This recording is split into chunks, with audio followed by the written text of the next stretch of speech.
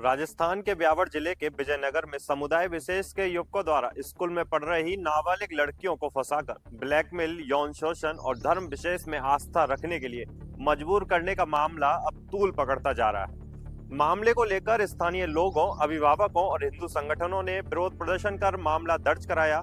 लोगों के अनुसार करीब 12 से 15 युवकों का गिरोह यह सब कर रहा था। पुलिस ने इस पूरे मामले में 5 युवकों की गिरफ्तारी की है, जिसमें 2 नाबालिग भी शामिल हैं। पुलिस के मुताबिक आरोपी नाबालिग छात्राओं को डराकर जान से मारने की धमकियां देकर ब्लैकमेल कर रहे थे। सिर्फ इतना ही नहीं, वे शारीरिक और मानसिक रूप से प्रताड़ित किया करते थे, उनसे पैसे मांगते और उनसे धर्म विशेष में आस्था रखने का दबाव बनाते थे। इस मामले में 3 एफआईआर अब तक दर्ज की जा चुकी हैं। कुछ आरोपी फरार चल रहे हैं, जिनकी तलाश पुलिस द्वारा की जा रही है। पीड़ित बच्चियों को जल्द न्याय दिलाने और सभी आरोपियों को कड़ी से कड़ी सजा दिलवाने का प्रयास पुलिस द्वारा किया जा रहा है। लेकिन ये पूरा मामला शुरू कहां से हुआ, वो आपको सिलसिलेवार बताते हैं। चलिए। आरोपियों ने पहले निजी स्कूल की एक बालिका को फंसाया, उसे चाइनीज मोबाइल उपलब्ध कराया, उसे प्रताड़ित और ब्लैकमेल करने लगे। इसके बाद उसके सामने एक शर्त रखी कि वह अपने क्लास की दूसरी छात्राओं से उनका संपर्क कराए तो वह उसे छोड़ देंगे। इस तरह की बालिका के जरिए उसकी कक्षा में पढ़ने वाली कम से कम 5-6 बालिकाओं को उन आरोपियों ने जाल में फंसा लिया और उन्हें भी डरा धमका कर ब्लैकमेल करने लगे। आरोपी अपने धर्म की चीजों को अपनाने का उन पर दबाव बनाया करते थे। गिरफ्तार आरोपियों में रिहान मोहम्मद, सोहेल मंसूरी, लुकमान, अरमान पठान और साहिल कुरैशी का नाम शामिल है। अब जानना जरूरी ऐसे है कि ये आखिर पूरा मामला उजागर कैसे हुआ, आरोपियों का पर्दाफाश कैसे हुआ। चलिए आपको बताते हैं। एक पीड़ित बालिका ने आरोपियों को देने के लिए अपने घर से 2000 रुपए चुराए। इसी दौरान घर से पैसे चोरी होने पर घर वालों ने बालिका पर नजर रखना शुरू कर दी।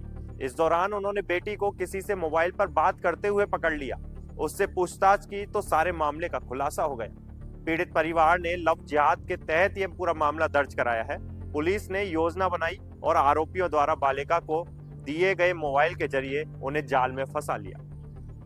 मौके पर आने के बाद उन्हें दबोच लिया गया। बाद में कार्रवाई की। मामले में शामिल कुछ अन्य युवकों को भी हिरासत में लेकर पूछताछ की गई है। मामले के बाद हिंदू संगठन भड़क उठे हैं और कड़ी से कड़ी कार्रवाई करने की आरोपियों पर मांग कर रहे हैं। बताया जा रहा है कि यह एक पूरा गिरोह है, जिसमें लगभग 10 से 15 लड़के हैं जो काम कर रहे हैं। इसमें सोहेल मंसूरी, सोहेब अयान, अफरान साहिल, आशिक कुरैशी, साहिल की मौसी का लड़का नामालूम, रियान, जावेद, आमान करीम, सोहिल का पड़ोसी फैजान और अन्य 10 से 15 लड़के और हैं जो आए दिन इस प्रकार का काम कर रहे हैं और हिंदू समाज की बेटियों को अपने जाल में फंसा रहे हैं और उन्हें छोटे छोटे खिलौने जैसे मोबाइल के लुभावने प्रलोभन देकर जाल में फंसा रहे हैं, ब्लैकमेल कर रहे हैं। पुलिस द्वारा प्राप्त जानकारी के मुताबिक आरोपियों द्वारा दूसरी नाबालिग लड़कियों के साथ इस प्रकार की धमकियां देकर दबाव बनाना, उनके साथ जबरदस्ती कैफे में जाना, उनकी पसंद के कपड़े पहनने के लिए दबाव बनाना आदि इस तरह के कृत्य किए जा रहे थे। नाबालिग बच्चियों ने बताया कि कई बार तो आरोपी द्वारा उनके साथ शारीरिक संबंध बनाने का भी प्रयास किया गया और शारीरिक शोषण के लिए एक दूसरे की सहेलियों से मिलवाने का दबाव बनाया गया।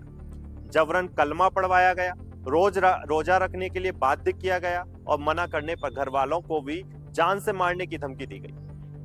संदिग्ध फोटो और वीडियो वायरल करने की धमकियां दी गई और अपने काले कारनामों को लंबा करने का प्रयास किया। पीड़ित परिवारों ने बताया कि उनकी बेटियों को जबरन धर्मांतरण के लिए विवश किया जा रहा है। इस गिरोह द्वारा हमारी बेटियों को अन्य लड़की से संपर्क कराने पर छोड़ने का झूठा आश्वासन दिया जाता था। एक पीड़िता ने इस पूरे मामले में बताया कि आरोपी युवक घरवालों को जान से मारने की धमकी देते थे। कहते थे ब्राह्मण की लड़की को फंसाओगे तो मिलेंगे 20 लाख और अन्य समाज की फंसाओगे तो मिलेंगे 10 से 15 लाख।